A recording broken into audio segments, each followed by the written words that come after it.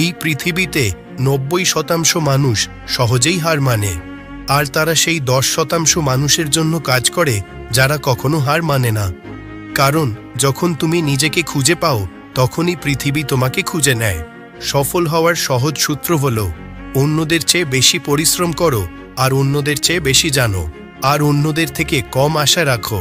সফলতার পথে জীবনের চ্যালেঞ্জগুলো তোমার সাহসকে পরীক্ষা করবে, তোমার পরিশ্রমকে নিংড়ে নেবে, তোমাকে নানাভাবে বিপদে ফেলবে, যাতে তুমি সংগ্রাম করতে করতে আরও শক্তিশালী হয়ে ওঠো।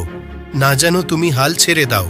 প্রতি 2 মিনিটের খ্যাতির পিছনে রয়েছে বছরের পর বছর কঠোর পরিশ্রম।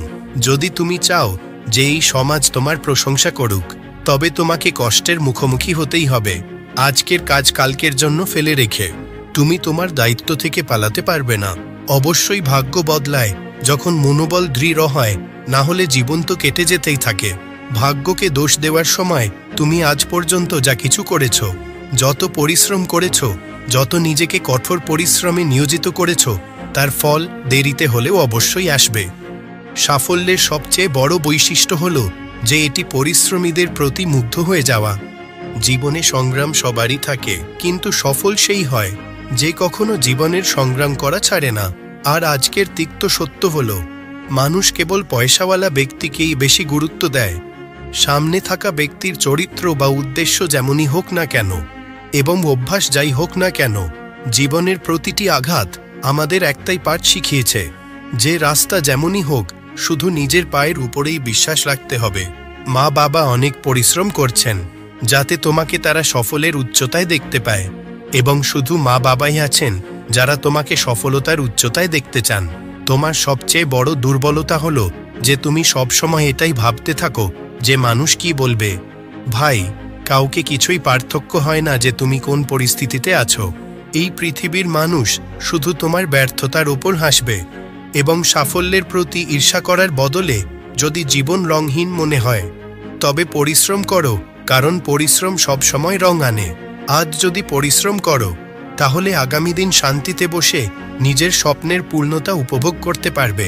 নিজের লক্ষ্যের উপর মনোযোগ দাও। প্রেম ভালোবাসা পরে আসবে। ভাগবত গীতায় লেখা আছে যে যত তাড়াতাড়ি আপনি আপনার জীবনের দায়িত্ব বুঝতে পারবেন, তত তাড়াতাড়ি আপনি সফল হবেন। দেখো, এই জীবন তোমার স্বপ্ন, তোমার লক্ষ্য, তোমার হার জিত, পরিশ্রম, এই সব কিছু তোমার। তবে এই ফালতু মানুষের কথা শুনে হেরে যাওয়া কতটা সঠিক হবে একটু ভেবে দেখো। তাই এই দুনিয়াদারি ছেড়ে তোমার লক্ষ্যের পথে ছুটো। মানুষের তো শুধু সময় আসে, তোমার তো সফলতার বন্যা আসবে। সময় অনুযায়ী বদলাও, না হলে সময়কে বদলাতে শিখো।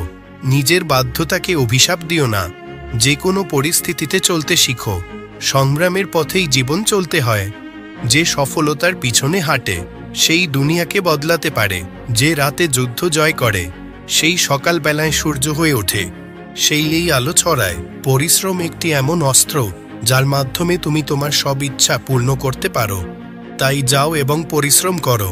তাহলে যদি আপনি এই গল্পটি আরও অনেক মানুষের কাছে পৌঁছাতে চান, তবে এই ভিডিওটি লাইক করুন, যাতে ইউটিউব এই ভিডিওটি আরও বেশি মানুষের কাছে পৌঁছে দিতে পারে।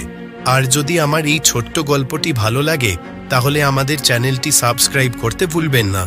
আমি আবারও আসব এমন আরও একটি সুন্দর গল্পের সাথে। ততক্ষণ তোমরা ধৈর্য ধরো, কৃতজ্ঞতা প্রকাশ করো এবং জীবনে এগিয়ে যাও।